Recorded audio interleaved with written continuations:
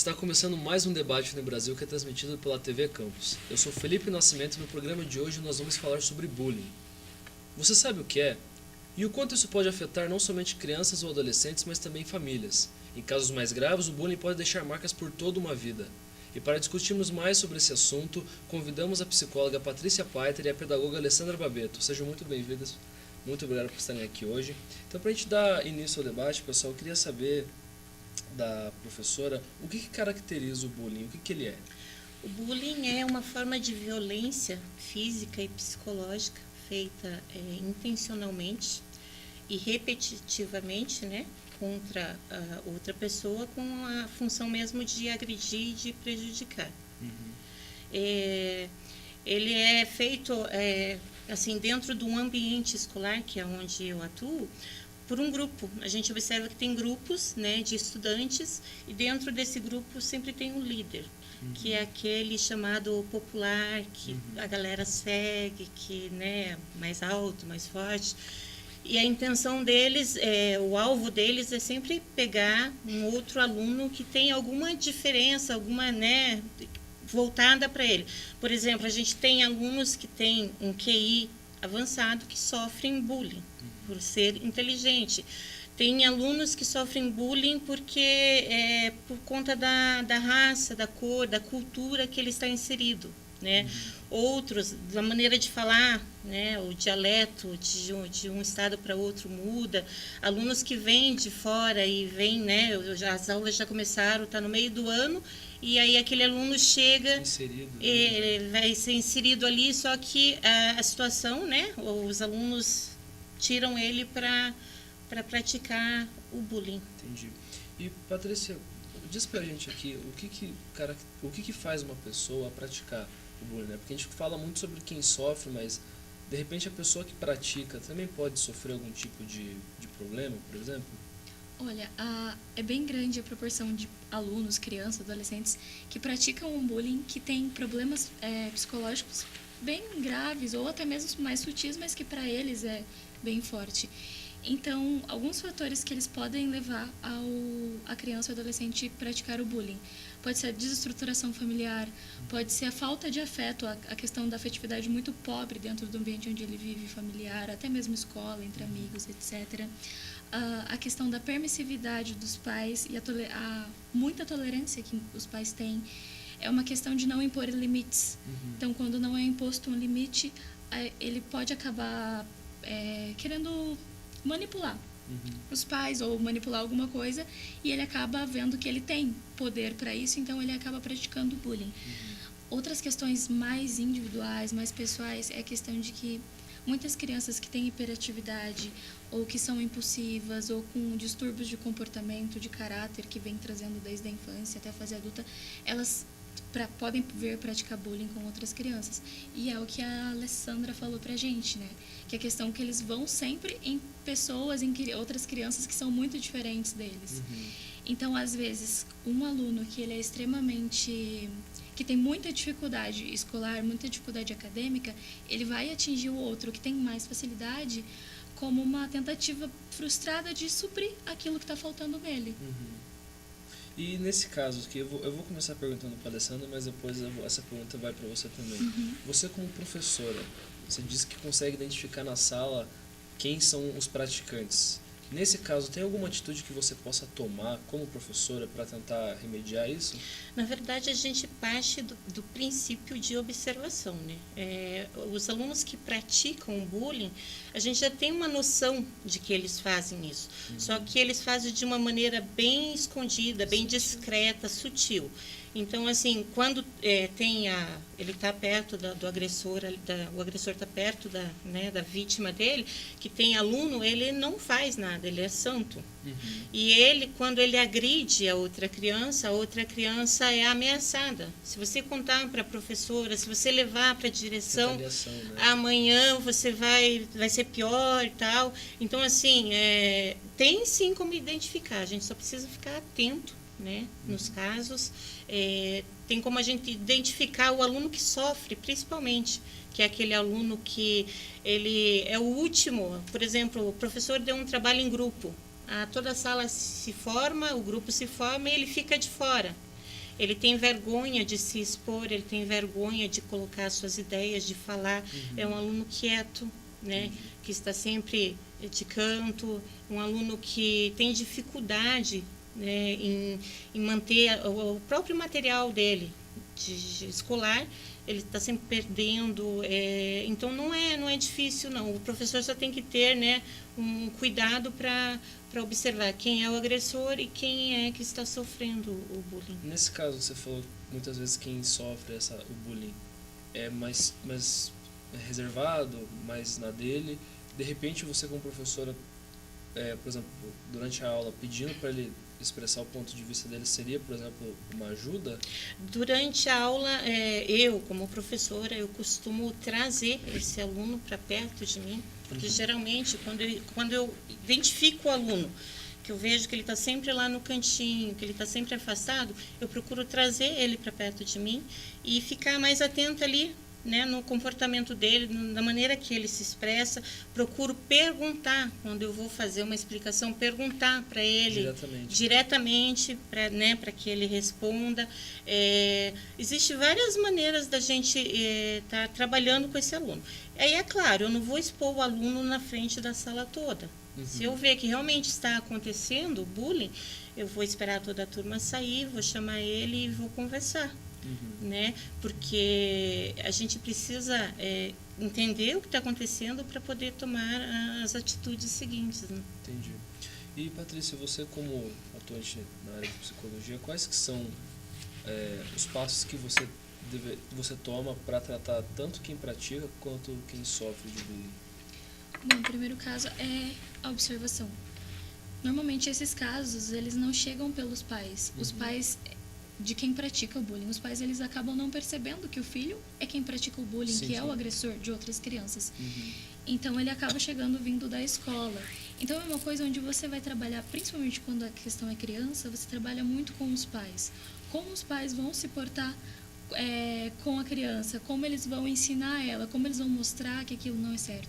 A gente vai ver se a criança ela tem um desvio de personalidade, se ela tem uma questão mesmo neurológica e tudo mais, para ver como trabalhar, ou se é uma coisa que você consegue trabalhar mais comportamento, ensinar como lidar, ensinar mais ter tato, o porquê que ela está praticando bullying, quais são os sentimentos que estão levando ela a praticar o bullying. Então, isso varia muito de pessoa para pessoa, mas é a questão da investigação e a partir do que você vê, que é o ponto o estopim, de onde sai aquilo, e trabalhar em cima daquilo, mas muito trabalhar com os pais, para eles irem trabalhando em casa, sim. Né? Outra coisa também que a gente tenta fazer bastante é colocar o pai junto com os professores, sabe? Porque, querendo ou não, o bullying acontece muito na escola, então os pais não estão presentes. Eles precisam ter um olhar, uma sensibilidade, um tato com os filhos, com as mudanças de comportamento, seja de quem recebe o bullying, recebe a agressão, quanto de quem faz as mudanças desse comportamento. E ter um contato com os professores, com a escola, para saber como está acontecendo, para saber como lidar. Porque às vezes imaginam, mas não sabem o que está acontecendo. Esse contato que é o difícil para a gente que está inserido dentro da escola. É muito difícil ter pais participativos. E geralmente os pais daquele aluno que é o agressor, ele nunca vai em reunião. A gente pede para vir, ele não comparece no colégio. São pais, geralmente as crianças, né, os agressores são crianças que ficam a maior parte do tempo sozinho e os pais tentam comprar, né, a ausência ali com objetos, com dinheiro, e eles têm, eu percebo que eles têm uma sensação assim, se eu posso fazer tudo em casa, então aqui eu vou fazer também. Então, assim, a dificuldade de trabalhar com os pais é muito grande. Sim. É uma coisa que foge além da criança, né, do adolescente. Sim. Bom, pessoal, o debate Unibrasil, acho que tem muita coisa para abordar sobre esse tema ainda, mas o nosso primeiro bloco vai ficando por aqui. Você não sai daí que a gente já volta.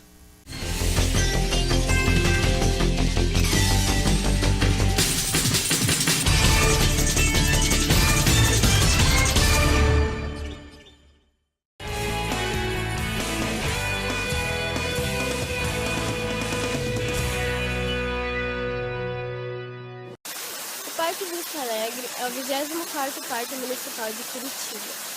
Inaugurado em novembro de 2015, o local que era uma pedreira se transformou em grande área de lazer e preservação ambiental. Os estragos deixados da natureza foram se recuperando naturalmente e hoje 70% da área é de vegetação nativa. O parque conta com 2 entradas, uma pela rua João Maria Sobrinho e outra pela Luiz Leduc, as duas com portais de madeira e área para estacionamento. O parque ainda contém trilhas e playground para as crianças, além da grande atração, a cachoeira de 7 metros que deságua na piscina natural. Vale lembrar que não é permitido banho no local. O parque funciona todos os dias das 8 da manhã às 8 da noite. Beatriz Santana para o e-Repórter do Brasil.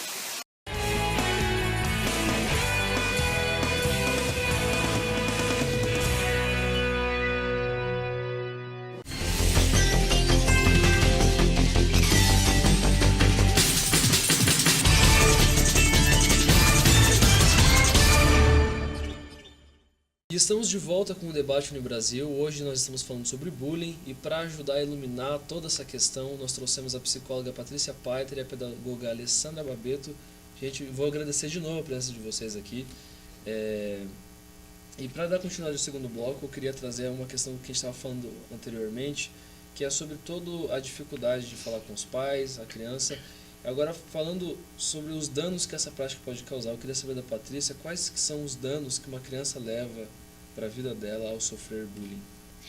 Bom, as crianças que elas sofrem bullying na escola, dependendo do tempo, da duração desse bullying que elas passam, e quanto mais cedo elas recebem esse bullying, essa agressão, elas têm a maior probabilidade, propensão de ter depressão durante a fase adulta, de se tornarem adultos inseguros, de não conseguir ter uma estabilidade nos trabalhos, por se sentirem incapazes ou por não conseguir expor o que pensam, expor o que vem, a visão delas, não conseguir ser quem são. Então, o bullying, ele pode trazer danos que vão prejudicar o resto da vida da pessoa se ele não for trabalhado logo no início, ali na infância, na adolescência, quando ele está acontecendo. No caso dos pais não quererem cooperar para a solução desse problema, quais são as outras atitudes cabíveis que você, como professora, pode tomar também? Então, a gente pode pedir, né, fazer a tentativa dos pais e, se não tiver sucesso, acionado o conselho tutelar, encaminhado para psicólogos, para tratamentos, né? A criança que é agredida e o agressor, e aí a psicóloga tem essa função de trazer os pais, conversar. Em muitos casos, a gente, dentro da escola, a gente também trabalha muito com as reuniões de pais, palestras. Usa-se muito os acontecimentos que, né, saem na mídia de bullying e mostra. A gente tenta conversar o máximo possível assim para que os pais entendam que é importante trabalhar em conjunto a escola e a família. E tem também a questão dos pais em casa observar o comportamento da criança, porque a criança que ela é agredida, ela vai chegar a uma altura que ela não vai mais querer vir para a escola. As agressões são diárias e aquilo vai incomodando, ela vai começar a não querer vir para a aula. Quando é uma criança pequena, um tamanho que, né, ainda não tem, ele vai para a escola obrigado porque o pai leva. Agora, quando é um adolescente, às vezes o aluno fala que vai para a escola e não vai. E aí é onde, com algumas faltas, a gente tem que acionar a família e perguntar o que está acontecendo e trabalhar toda essa questão, né? Daí conversar com o aluno, levar o aluno para psicólogo, entrar num acordo para que as coisas que a gente consiga, né, recuperar aquele aluno em tempo. E que nem ela falou, o bullying, quanto mais cedo é identificado, melhor, né, o tratamento. E também a gente tem dentro da escola, os professores têm que trabalhar a questão do bullying desde a educação infantil. Porque a gente vê já na educação infantil os pequenininhos que têm preconceito, que, né, agride o amiguinho, que fala coisas que não deve. Então, desde a educação infantil, você fazendo esse trabalho, eu acredito que o futuro aí dentro das escolas vai ser melhor, né? Pelo menos eu espero. Com a internet que a gente tem hoje em dia, né, que mostra N coisas, aí tá bem difícil da gente lidar com isso. Realmente é um assunto bastante delicado. E o Debate no Brasil, por saber disso, foi até as ruas perguntar para as pessoas o que elas entendem por bullying e qual a opinião delas sobre essa prática. Confere aí.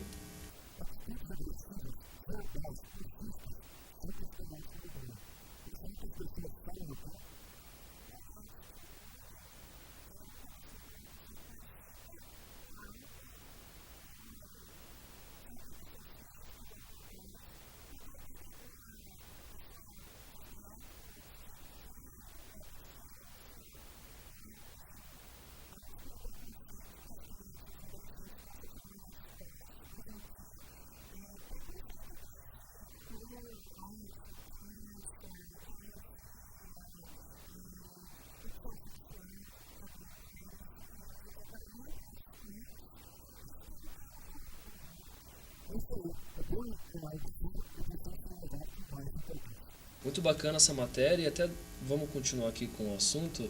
Ah, você estava dizendo que é importante identificar o mais cedo possível, né? Sim. Então, Patrícia, para os pais, quais são os sinais mais comuns de que o filho deles ou a filha deles está sofrendo bullying no colégio? E quais atitudes eles devem tomar quando eles percebem isso?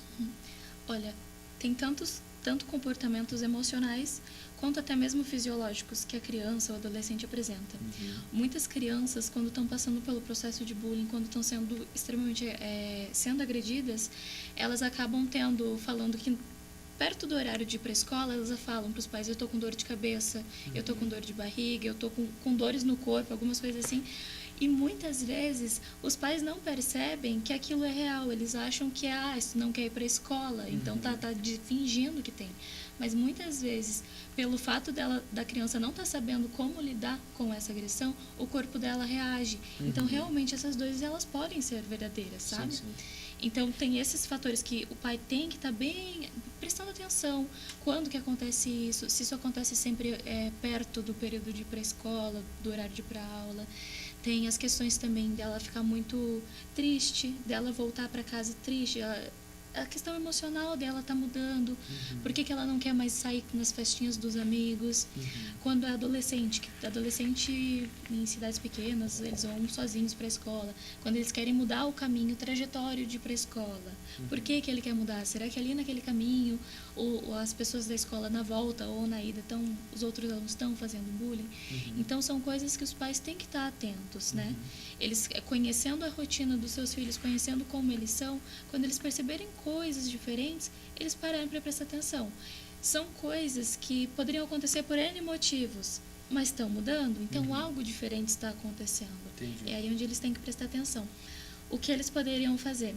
A primeira coisa é tentar conversar com a criança, tentar investigar de uma forma sutil, de uma forma leve, sem ser agressivo, que muitas vezes os pais perguntam de uma forma agressiva, isso também não é legal, porque já está sendo agressivo. Acaba assustando, né? Sim, E a partir daí ir para a escola, conversar com professores, se fazer presente na vida do filho, né, da filha, do filho, conversar com os professores, porque os pais não estão presentes na escola. Então, quem pode dizer para eles as coisas que estão acontecendo são os professores. Então, ter um trabalho conjunto com os professores, se interessar, é o mais importante, você perceber as mudanças, se interessar no comportamento dos seus filhos. Isso que você disse agora pode ser aplicado também para quem está praticando ou é um cenário completamente diferente? De certa forma, sim. Os comportamentos vão ser diferentes. Os pais, para perceber, é mais difícil perceber que o seu filho é quem está praticando bullying. Mas você pode perceber através do comportamento. Se ele começou a ficar mais agressivo em casa, se ele começou a ficar mais hostil, se quando você está no parque com seu filho ou está em algum ambiente onde tem outras crianças e de longe você percebe o comportamento dele com outras crianças.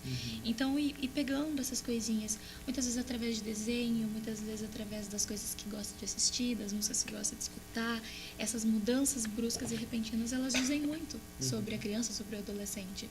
Então, perceber essas coisas, ter esse tato para perceber é importante. Nesse caso de que, por exemplo, digamos que o pai percebeu que o filho dele está mais agressivo, que o filho dele está tendo esse perfil, uma represália é incentivada ou você sugere também uma abordagem mais sutil, mais tranquila? Represália. ele já está tendo comportamento agressivo. Se você for com comportamento agressivo para cima dele, só vai reforçar. Então, não é bom você reforçar um comportamento agressivo. Você tem que conversar de uma forma firme, obviamente, Sim. mas sem ser agressivo. A questão é, quando ela estava falando da dificuldade de falar com os pais, no consultório, quando você está trabalhando com crianças e adolescentes, consequentemente você tem que falar com os pais, toda uma questão que você tem que trabalhar com eles também. Quando os pais percebem, ou até mesmo quando você pontua de alguma forma que eles percebem que eles precisam mudar e não só os filhos, existe um bloqueio muito grande, muito grande. Tem os casos de pais não comparecer mais na consulta. Sim, desistirem, falar, meu filho não vai mais, porque ele tem que mudar. Então tem toda essa questão. Muitas vezes os pais das crianças agressoras também têm comportamentos hostis. Na escola, quando a gente chama os pais, né, das pessoas, dos alunos que praticam bullying, os pais já chegam armados. Sério? Não, meu filho não faz isso, meu filho em casa é isso, isso, isso. Alguma coisa que está acontecendo aqui com a professora, eles sempre procuram, eu percebi isso, achar um culpado para aquela situação. Então é bem complicado. Para chegar a ir para o psicólogo, daí já está na questão de aceitação. Não, eu vou ver o que está acontecendo. Mas até a gente convencer um pai de que o filho dele está tendo um comportamento agressivo, é bem difícil. Não é regra que o pai seja agressivo também, até porque tem as questões individuais, né, de conduta, tudo mais. Mas é uma grande probabilidade, uma grande chance dos pais também serem pessoas agressivas e hostis. E na opinião de vocês acreditam que sugerir, por exemplo, para um pai levar o filho até um psicólogo, ou até então os dois, a família, consultar um psicólogo, é visto com maus olhos, como se fosse uma coisa negativa, ao ponto de o psicólogo seria, meu filho precisa ir, ou eu preciso ir ao psicólogo? Na verdade, essa atitude de chegar a chamar os pais, encaminhar para um psicólogo, é feita depois de várias tentativas de acerto, de conversa entre família, a criança, chamado a criança que está sendo agredida, a criança que agride, o professor, o diretor da escola, a pedagoga, e tentado conversar várias vezes, todos, né, ali. E quando a gente vê que não consegue uma evolução, aí sim é feito o encaminhamento. Aí os pais muitas vezes não querem aceitar. Eu enfrento bastante assim resistência nesse sentido. Infelizmente, até hoje em dia, a profissão do psicólogo ainda é vista como para pessoas que são loucas, pessoas que têm problemas extremamente graves, pessoas que têm patologias severas. Mas não, e isso causa um bloqueio nos pais, entende? O meu filho não é louco, porque eu vou levar ele num psicólogo? Sim, sim. Eles não entendem que ali ele vai estar aprendendo a lidar com situações que ele não está conseguindo. Sim. Que é onde ele vai aprender a dar nomes aos sentimentos, a saber o que ele está fazendo, como conviver com outras pessoas, coisas que por mais simples que sejam, muita gente tem dificuldade, nós temos dificuldade às vezes de conviver com outras pessoas. Então os pais, eles têm um bloqueio bem grande. Era nítido quando eu estava atendendo, os pais falavam, eu só vim porque a escola disse que se eu não viesse, meu filho ia ser expulso. Sim. Então deixando bem claro que é... A gente chega nesse nível, porque você faz várias intervenções e não vê resultado. E aí chega-se a esse nível sim, que ela falou. A escola fala, se você não for até lá conversar e tentar um tratamento, a gente vai ter que tomar outras atitudes. Entendi. Infelizmente. Bom, pessoal, nosso debate está chegando no final. Para a gente encerrar o assunto, eu vou deixar vocês fazerem considerações finais, 1 minuto para cada uma. E aí vocês olham para aquela câmera ali, né, John? Elas podem fazer dessa frente, isso. Tá. Aí 1 minuto para cada e daí a gente encerra o programa, ok? Alguém quer começar? Tanto faz. Na verdade, assim, existe hoje em dia, né, com a internet, a gente tem muito acesso a informações. Então, assim, o pai que desconfiar que o filho está sendo agredido ou que o filho está sendo o agressor, procure a escola, entre no Google, lá tem, eu estava pesquisando hoje, tem 10 filmes, né, que é feito com bullying dentro da escola, que são filmes ótimos que eu aconselho todos os pais assistirem junto com os filhos, né? E os educadores também assistir os filmes, porque daí ele sabe como direcionar isso dentro da sala de aula.